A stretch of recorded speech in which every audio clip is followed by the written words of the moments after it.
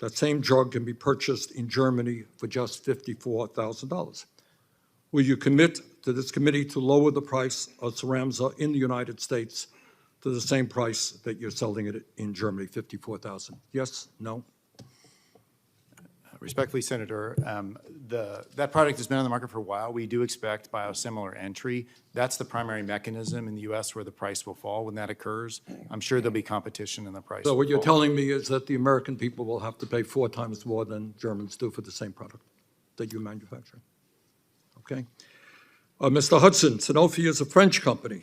In France, Sanofi sells a thyroid cancer treatment, Capitalism, for $30,000 a year. Sanofi sells the same drug in the United States for $203,000 a year. It's 9 times as much. Will you commit to lowering the price of Capella in the United States to $30,000, same price as it's sold in France?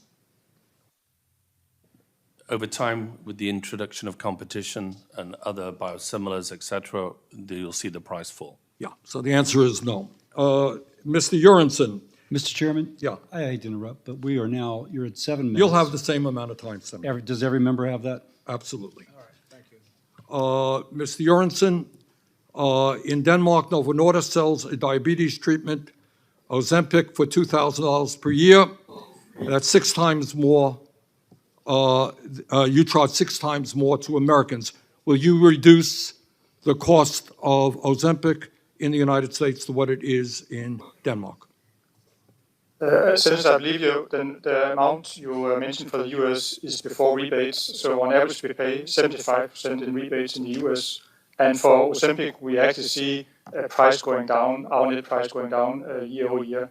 So we get a lower price already. Answer is no. I defer to Senator Paul. The great thing about capitalism is that supply and demand intersect, and you get the largest supply at the least cost when you allow capitalism to function. Now, capitalism doesn't function very well in the drug markets because the government's been involved for a long time. But prices need to be based on supply and demand. A publicly traded company to promise to base their prices on bullying from a politician would actually be in breach of their fiduciary duty. I mean, it's actually illegal to say, oh, I'm going to make all the prices go down in my company, but it would also be irrational because if you did and there were no profit margin, the companies would be gone and they would no longer exist. Mr. Riggs, if a patient has a copay of $50, would the rational decision be then to choose Lispro over Humalog?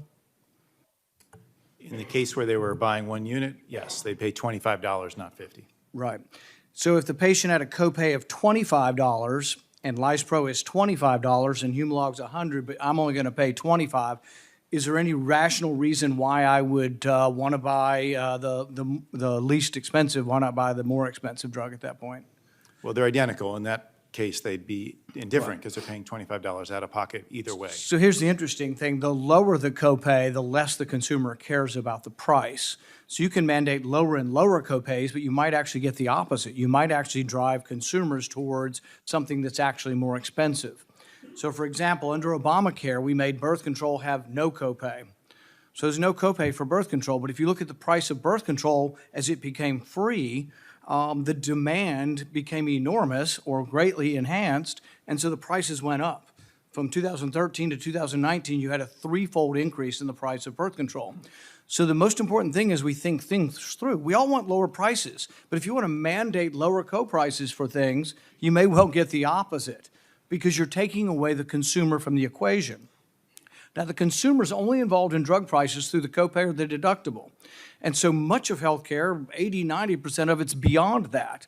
And so how do we lower co-prices or we lower prices for drugs? People hire an intermediary. Dr. Kautzner, does anybody hire you, what, businesses, labor unions, because they want higher prices? Absolutely not, Senator. If you didn't provide lower prices, would they hire either another PBM or do it on their own? So we exist in a highly competitive market. So if we didn't deliver the value that we commit to our clients, they would certainly go elsewhere. So it's quite confusing. We want to blame PBMs for everything, but why do people hire them? No one's forcing anybody to hire them. So as I understand, the companies represented here represent tens of thousands of businesses who voluntarily come to you and hire you. They pay you and you make a profit. So your profit, is it exorbitant? Is your profit, Ms. Cianfrocco, is your profit greater than the drug company somehow? Senator, our margin is 4%, roughly 4% for the services we provide to all of our clients. So that's about like Walmart. I mean, I'm surprised we don't have Walmart here today to beat up on Walmart. We're all unhappy, but we have to be rational about what we're doing. So spread pricing, everybody's like, oh, this terrible spread pricing.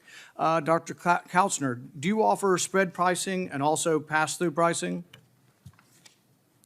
Yes, Senator, we offer both options to our clients today. Roughly 1/3 choose spread pricing, 2/3 choose a pass-through type of model. They choose spread pricing in order to have predictability on their pharmacy benefits, so we shield them from incremental costs because we effectively provide them with a guarantee or a lock-in on price. Which is more expensive, spread pricing or pass-through pricing when you offer it?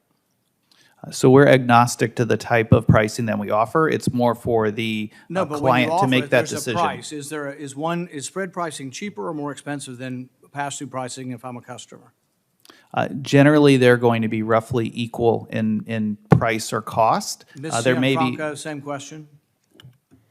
You're referring to spread pricing as the mechanism where a client pays one price for all the pharmacy claims adjudicated. It offers predictability. In often cases, it offers controlled pricing and can be less expensive than if they pay every claim on a pass-through model, but both are offered to our clients. This needs to be pretty clear, and people need to think through. We have a bill before us to ban spread pricing.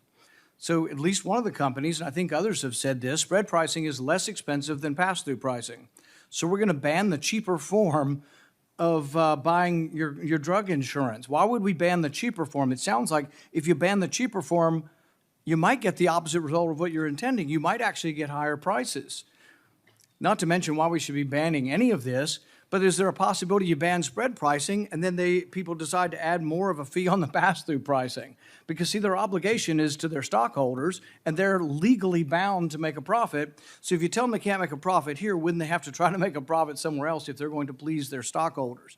But the thing is we haven't thought this through. We're angry. Everybody's angry. I'm angry. I've gone to the drugstore before and seen something for $1,600 in acne cream. So we're angry. But why is it so obscure? Why is it different than electronics? Why is it different than buying a car? Why is it different than a lot of expensive things? Because we've made it opaque through all of these different things that we've mandated.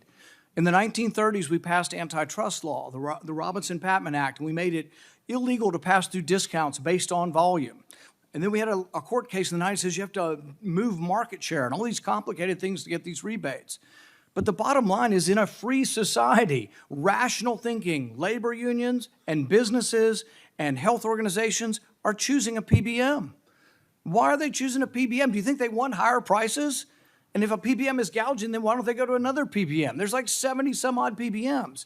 And yet we've got it in our heads somehow we're going to forbid this.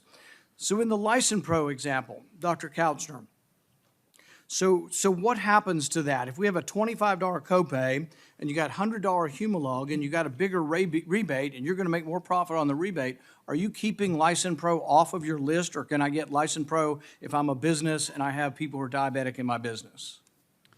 Thanks for the question, Senator. So our focus is on lowest net cost of the product. And so that's where we're focused the most. And as we all know, all insulins are not created equal. We actually separate insulins into 3 different categories as well. But our focus is lowest net cost to patients. Let's say they were equal. You had Humilog and License Pro. It's the same thing. And License Pro is $100 and you get a $75 rebate to make it $25. So now we're equal price to the business you're selling your plan to, but there is more rebate. Does that mean you're excluding License Pro from a list that if I'm a business, is it somehow working that way to exclude cheaper generics is my question. Our focus is on where lowest net cost is available for products. So I think there is a possibility, and I think that might be one complaint. There is a possibility of this. However, here's the rub. They are still giving you the lowest net price. And so if you say, well, gosh, the generic, I'd rather have the generic, it's underneath the copay. So it's outside of what the negotiation is. And so that's the only way it's going to make a difference to the consumer. But actually, I think that in the long run, as we look at it, the net cost is still what we're looking at. And so when everybody shakes their head and says, oh, the net cost, the list price mean absolutely nothing, the same way they mean nothing in medicine. But the thing is, we got this complicated thing. This isn't capitalism. We got this because of antitrust laws in the 30s. We got this from a court case based on the antitrust law in the 90s. And we have this complicated system. But instead of trying to unravel the complications we put on the market, what we're asking is to ban certain contracts. So I think what you're going to have in the end is you're going to have the unintended consequences of doing something, trying to make things better, and actually make the situation worse. Senator Paul, thank you. Senator Baldwin.